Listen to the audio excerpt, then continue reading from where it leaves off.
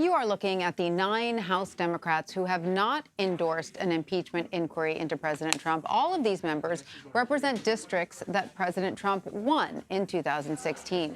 CBS News counts 225 House Democrats who have come out in support of an inquiry.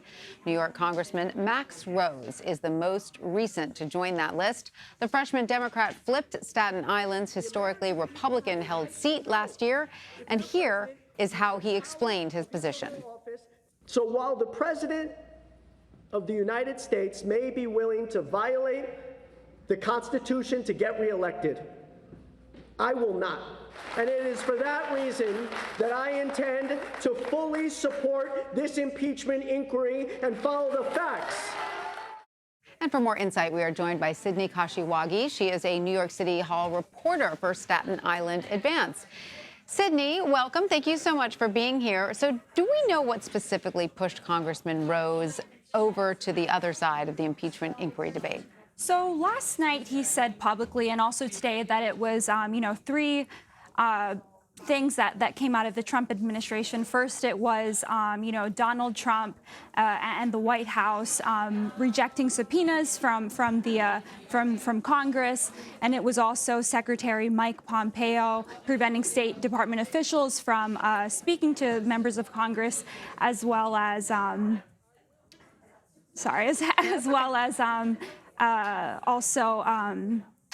So those were like two of the main things. Yeah. So he said publicly that, but behind the scenes there were a lot of Democrats who were upset by his position, and there were also Republicans who were upset as well, saying that he was flip-flopping. Right. and yeah. So we know that Congressman Rose, like many other Congress people, is now home on recess, since the first time being home since the impeachment inquiry began. So do we know what his constituents are saying to him about this? Before he held his town hall yesterday, constituents had told me that they were They didn't really care where he stood on impeachment. They wanted to know what he was doing in D.C. to help the borough.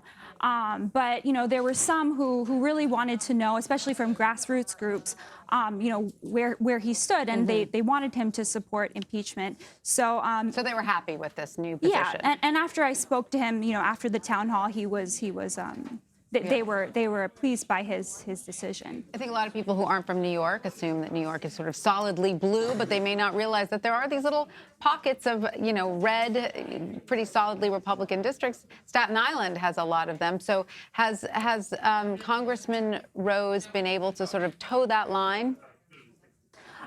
He has. He came out before he was elected, and over the course of, his term in office, he's been very much against impeachment. He's very much towed the line as a moderate Democrat.